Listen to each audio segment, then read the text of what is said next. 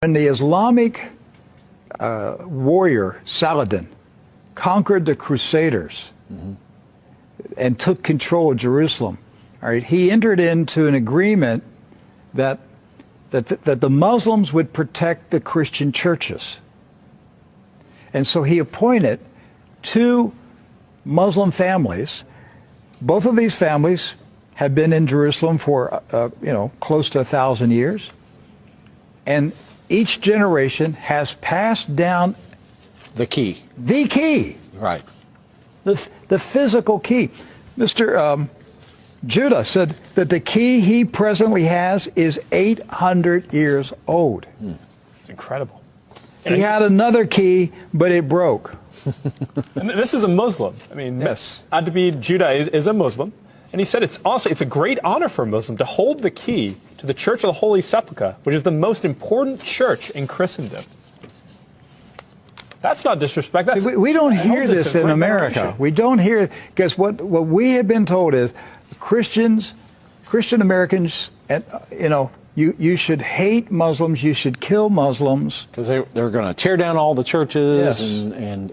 and basically just ransack them and everything else. But here we have two families that for nearly 1,000 years have actually been watching over Christian churches. That's right. So who planted into our minds here in America that we should hate and kill Muslims? Who planted that thought in our head? Because it came into our society after 9/11. That's correct.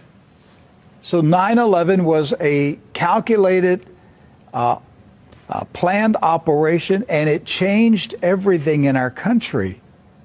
And so we were saturated with media propaganda, which who owns the media in this country? So we're saturated with this media propaganda. You Americans, you need to hate Muslims. You need to go to war. You need to send your sons to go kill Muslims. All right? And yet, when you go to the Middle East, you find out that the Muslims, like Christians, are taking care of Christian churches. Yes. Do not hold animosity against Christians or Americans, except in the case where Americans are pushing for war in their countries or trying to take their land. So they've lived together. They've lived together for centuries and centuries. Jews, Christians, and Muslims have lived together for centuries. They were buying and selling. They were trading. They were doing business together. They were building houses next door to each other for centuries. And it didn't change until the Zionists came. Now, see, wait a minute, I thought Zionists are Jews. Not all Jews are Zionists. And not all Zionists are Jews. Right.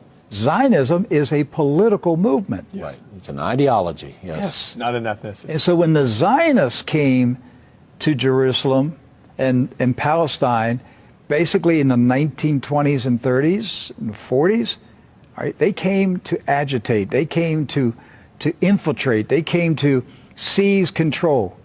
And so they formed paramilitary groups, like Irgun.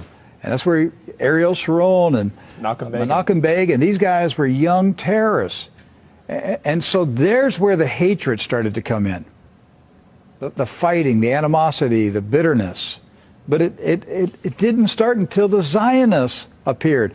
Jews, Muslims, and Christians were coexisting. Yes. That's right.